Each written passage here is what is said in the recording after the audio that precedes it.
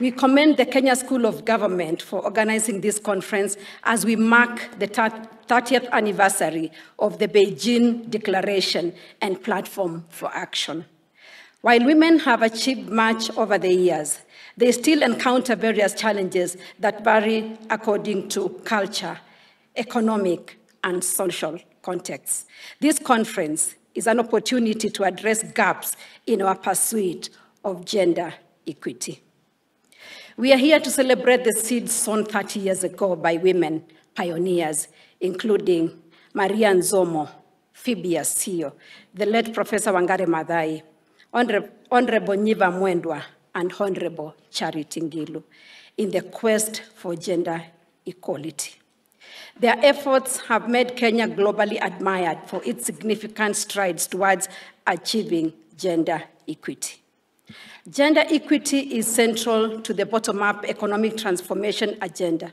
Our president promised the women of Kenya inclusion in the economy, better participation in decision-making, and protection from society's ills, promises his administration is gradually fulfilling.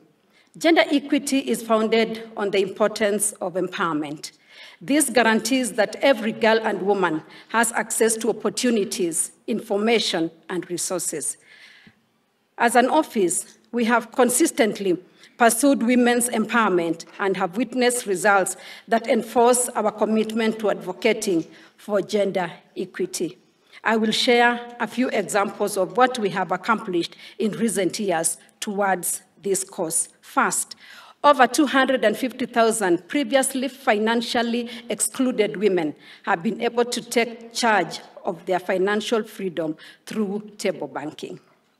Secondly, in the last 3 years, we have enabled over 7,000 women to access subsidized water storage tanks, and they now enjoy clean drinking water. Third, in 2024, we implemented the Girls' Sexual Reproductive Health Education Acceleration Project in Meru and Narok counties. 8,637 teenagers were educated about sexual reproductive health, and 400 duly bearers and parents were trained on their roles in protecting girls from early pregnancies and marriages. Lastly, we are addressing the hunger and threat that forces children, particularly girls, to miss school days to help their families look for food and water. Through the Feed One End Hunger initiative, we are establishing kitchen and fruit gardens in public primary schools, aiming to reach at least 2,000 schools this year. If I may quote Sarah Brinach, the world needs dreamers and the world needs doers. But above all, what the world needs most are dreamers that do. Let us all keep playing our own little part in an effort towards enhancing both the condition and position of women, and to do it to the best of our ability in order to make gender equality and women empowerment a reality. Let us learn from past experiences and seek best practices that will propel us towards transforming the livelihoods of men, women, boys, and girls in the society. The State Department for Gender and Affirmative Action is committed to this cause of advancing SDG 5, and I welcome all like-minded individuals, groups, institutions, and others to come together so that we can create this future that we all envision.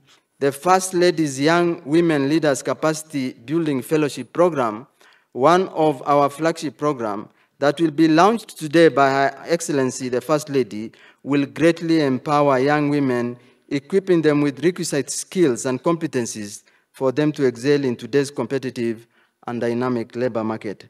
Your Excellency, the program is designed for personal, professional, entrepreneur development, advancing the contribution of young women leaders to socio-economic development of the country. Your Excellency, specifically this program seeks to help the young women in Kenya and beyond to develop a confidence in their ability and learn the identity of their own, and also by extension identify and build on their own strengths. It will also help, Your Excellency, the leaders to think creatively, independently and also develop a solution which is innovative, and to make that informed decision. In that, therefore, then, it will also enable them to access the unique funding, mentorship, business incubation, and networking opportunities. Indeed, Your Excellency, this program is one of our flagship programs, and therefore, then, I encourage all of us here to join us in this journey of developing our young leaders through this special program, which today, Your Excellency, the First Lady will be launching. Our collective effort will indeed realize the growth of our young leaders in the readiness for the future, and that is why we call it Growing Our Young Leaders Series Program, which first of its kind will be launched today. Allow me, Your Excellency, to especially acknowledge the government of Kenya for its commitment to gender equality and empowerment of women. We are encouraged by the important steps undertaken, including the development of two notable policies to enhance the economic status of women in Kenya, including the National Policy on Women Economic Empowerment, the National Care Policy that currently is with the Cabinet and is waiting for approval by the Cabinet so that it is implemented.